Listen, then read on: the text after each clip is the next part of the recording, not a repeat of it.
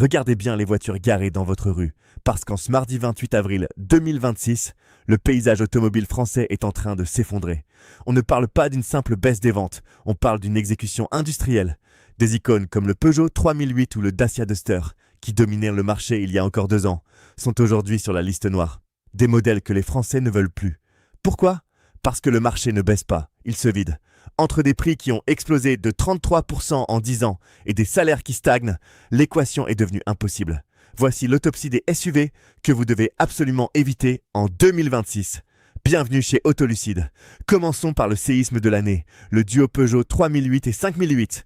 Longtemps roi du marché, ils vivent aujourd'hui un calvaire. Pourquoi ? Le passage à l'électrique et à l'hybride rechargeable a fait exploser les tarifs. Mais le vrai poison, c'est l'héritage technologique.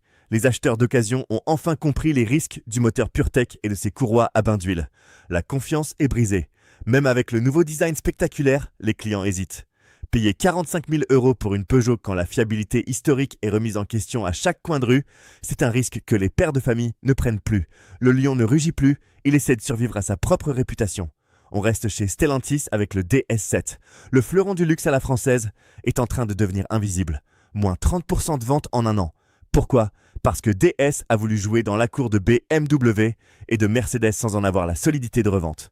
Un DS 7 hybride neuf coûte une fortune, mais sa valeur s'effondre de 40% dès la première année. Les Français ont compris. Le luxe, ce n'est pas seulement du cuir et des chromes, c'est aussi une cote qui tient.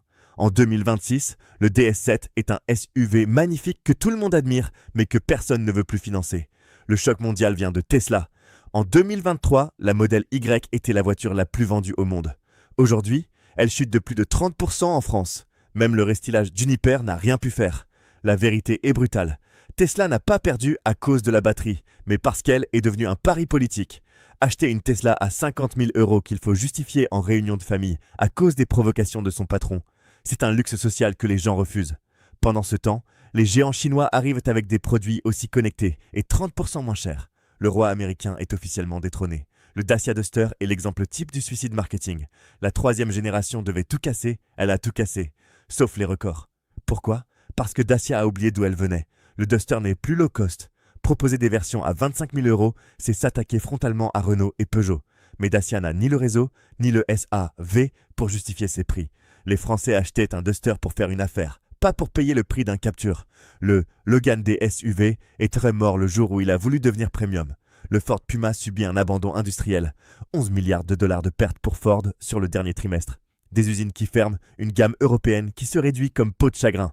Acheter un Puma aujourd'hui, c'est prendre un pari risqué sur l'avenir. Qui entretiendra votre voiture dans 5 ans si Ford se désengage ? Votre garantie ne sera plus qu'un numéro de téléphone qui sonne dans le vide.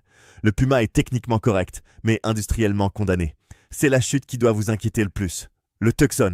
Il a tout pour plaire. Design, hybridation, fiabilité. Et pourtant, il recule. Quand un excellent produit ne se vend plus, c'est que le pays est en crise. Entre le bonus divisé par 5 et les ZFE qui stressent les acheteurs, le marché est verrouillé. On vous demande de passer à l'électrique, mais on vous retire les aides. On vous demande de changer de voiture, mais on vous empêche de circuler. Ce SUV est la victime collatérale d'une politique qui ne sait plus où elle va. Ces SUV ne sont pas des mauvais produits, ce sont des victimes. Victimes d'une inflation galopante et d'une guerre ouverte contre l'automobiliste. Le parc français vieillit, les factures de réparation avec, et les constructeurs se cachent derrière des marges élevées. Avant de signer pour votre prochain véhicule, posez-vous les bonnes questions sur sa valeur réelle de demain.